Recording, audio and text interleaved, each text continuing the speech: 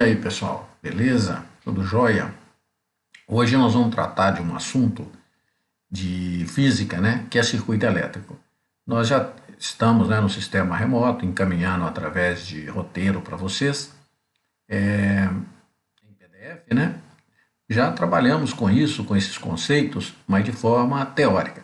Hoje nós vamos, já que não podemos estar presentes, né, para fazer essas experiências dentro de sala de aula, nós vamos utilizar um simulador para mostrar esses conceitos de corrente elétrica, tensão elétrica, resistência elétrica e potência elétrica, né? E as unidades de medição dessas grandezas físicas. Então vamos montar aqui um circuito elétrico simples, né? Para isso eu vou utilizar um dispositivo que crie e mantenha a corrente elétrica, né? Que é um gerador. Para isso eu vou utilizar uma bateria. Se nós estivéssemos no presencial, eu poderia usar até o gerador da própria usina hidrelétrica, né? Que está associado com a tomada, né? Que você tem, por exemplo, na parede aí, numa sala de aula e tal, a gente usaria a tomada em vez de usar a pilha. Preciso de um dispositivo, né, um material que conduza essa corrente elétrica que vai ser criada. Então, para isso eu uso um metal, né? Então, vou utilizar dois pedacinhos de metal aqui, né? Fio de cobre, por exemplo. Está aqui. Agora preciso de um terceiro dispositivo que pegue essa corrente elétrica aqui, essa energia elétrica que vai ser criada aqui, e transforme numa outra modalidade. Então eu vou colocar aqui para ajudar uma lâmpada. Então o que a lâmpada vai fazer, né? Essa energia elétrica vai ser transformada, parte dela em energia luminosa e parte em energia térmica, em calor, porque a lâmpada vai aquecer. E a fiação também, né, os condutores, tudo vai aquecer um pouquinho. A gente chama isso de efeito Joule. Então agora vamos fazer esse esquema aqui de ligar. Para ficar mais bonitinho, vamos botar mais um pedacinho de fio aqui, né? Mais um pedacinho aqui. Aí vamos ligar.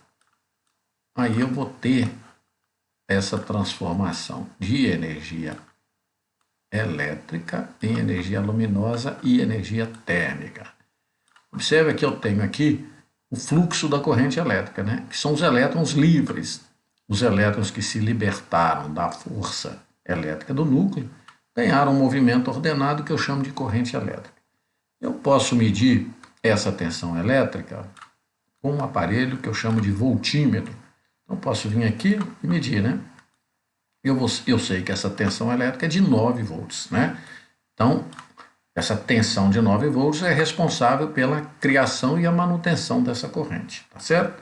E eu posso medir também o valor da corrente. Então eu venho aqui, coloco no meio aqui, né?